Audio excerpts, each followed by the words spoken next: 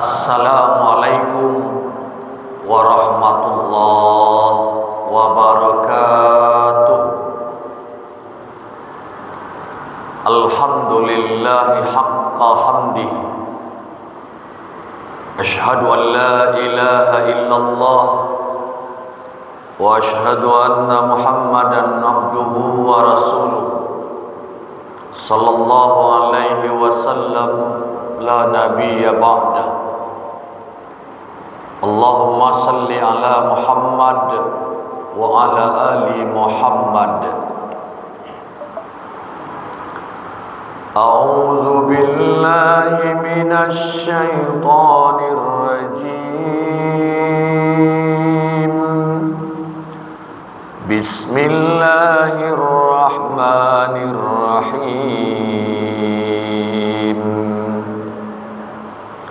Innama kana qaulal mu'minin idza du'u ila Allahi wa rasulih liyahkuma bainahum ay yaqulu sami'na wa ata'na wa ulaika humul muflihun. Wa may yuti'illaha wa rasulahu wa yakhshallaha wa yattaqihi fa ulaika humul faizun.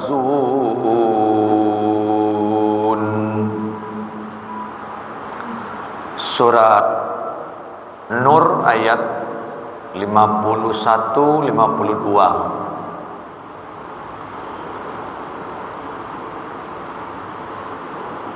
Ucapan orang-orang mukmin apabila mereka diajak kepada Allah dan Rasul-Nya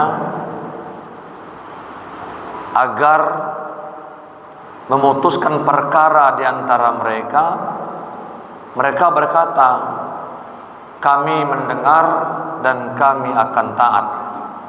Mereka itulah orang-orang yang beruntung. Dan siapa yang taat kepada Allah dan Rasul-Nya serta takut kepada Allah dan bertakwa kepadanya, mereka itulah orang-orang yang mendapat kemenangan. Dalam pertemuan yang singkat ini, kita angkat sebuah kisah pendek tentang ketaatan seorang sahabat Rasulullah SAW yang bernama Abu Talhah. Abu Talhah ini matinya mati syahid. Apa yang menjadi karakter bagi Abu Talhah? Dari sekian banyak keistimewaan bentuk ketaatan Abu Talhah kepada Allah dalam hidupnya, sehingga ia mati itu dalam mati syahid. Salah satunya adalah peristiwa berkenaan dengan Abu Talhah ini suka melakukan kebaikan-kebaikan. Suatu saat dia mendapat titipan harta anak yatim yang masih kecil, jumlahnya banyak. Karena memang Abu Talhah seorang yang cerdas, dia berpikir, kalau harta ini saya simpan saja, tentu dia tidak akan berkembang. Maka dia berpikir harus mengembangkan harta itu supaya nilainya bertambah. Lalu apa yang dilakukan Abu Talhah? Dia pada waktu itu di Arab itu sangat laris perdagangan khamar.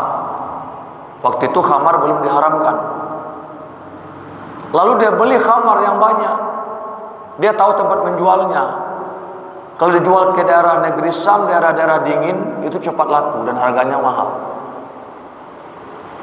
Setelah dia beli khamar, kemudian ditaruh di gudang. Lalu turun ayat tentang mengharamkan khamar, bahwa khamar haram, bahwa khamar itu najis. khamar itu haram. Innamal khamru wal maisir wal ansabu wal azlam rijs. Kalau rijsum itu najis, itu sudah bersangatan gitu, jijik, menjijikan.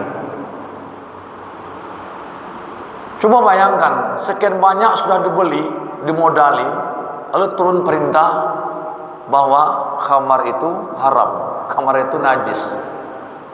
Bagaimana tindakan Abu Talha? Sebagai seorang yang pedagang, kita pun itu mungkin stres. Kok barang lah banyak dibeli, kan dijual, dah boleh lah, habis. Kalau sekarang mungkin paling expire, ini tidak expire, bukan barangnya yang expire, tidak boleh lagi dijual. Expire datang dari Allah gitu, bukan dari masa penjualan expire-nya. Kalau sekarang kan tidak boleh dijual lewat tanggal sekian, orang mesti cilo-cilo menjual. Tapi tidak, Allah beri expired, khamar habis masa halalnya, sudah disebut haram bagi orang Islam. Di tengah-tengah dia begitu, Abu Talha datang kepada Rasulullah SAW. Ya Rasulullah, ini kan harta-harta anak yatim ya Rasulullah, ada tidak pengecualian? Saya beli ini supaya harta ini berkembang dan masa depan harta ini, anak ini lebih bagus. Kata Rasulullah, tidak bisa wahai Abu Talha, silakan engkau pulang. Tidak ada tawar-menawar soal keharaman khamar. Dalam keadaan begitu pulang, apakah sudah berhenti kalutnya? Belum. Mikir lagi, belum lagi merasa kapok, datang lagi kepada Rasulullah pada kali yang lain, karena dia masih banyak di sisa begitu. Sebanyak itu akan dikemanakan? Dengan apa mau diganti? Nah, kemudian datang lagi kali yang kedua kepada Rasulullah dengan maksud ya bertanya gitu ya. Apa yang ditanyakan oleh Abu Talha? Ya Rasulullah, cuka itu kan halal. Boleh tidak khamar ini saya rubah menjadi cuka sehingga bisa dijual menjadi halal? Kata Rasulullah, tidak boleh wahai Abu Talha. Khamar ya khamar, khamar bukanlah cuka, cuka bukanlah khamar. Khamar itu haram, cuka itu halal. Lalu bagaimana kemudian keputusan Abu Talha? Karena dia mentaati Allah dan Rasulnya, dia sami'na wa ata'na, dia dengar perkataan Rasulullah, dia taati. Kemudian apa? Dia pulang ke rumahnya, ke gudangnya, diperintahkan anaknya Anas Malik. Kemudian Anas, wahai, buang semua khamar ini, buang semua tanpa tersisa. Karena Allah sudah mengharamkan, Allah menjijikkan ini jenis benda khamar. Dia merupakan rijsum, rajas, dia menjijikkan dan merusak. Karena itu Abu Talha ambil keputusan, buang semua.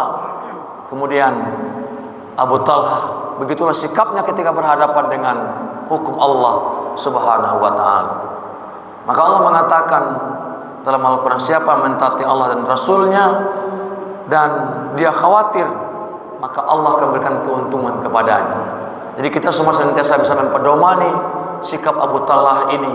Kalau berhadapan dengan hukum Allah, mentaati Allah, pasti jalan keluarnya akan ada, keuntungan dan kedamaian pasti akan ada.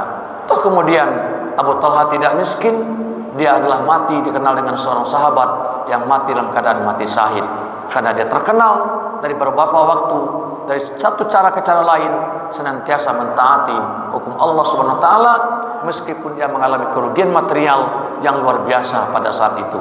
Tapi dia yakin Allah akan memberikan keuntungan kepadanya di dunia dan di akhirat. Semoga bermanfaat. Fatabiru ya ulil absar la'allakum tuflihun. Assalamualaikum warahmatullahi wabarakatuh.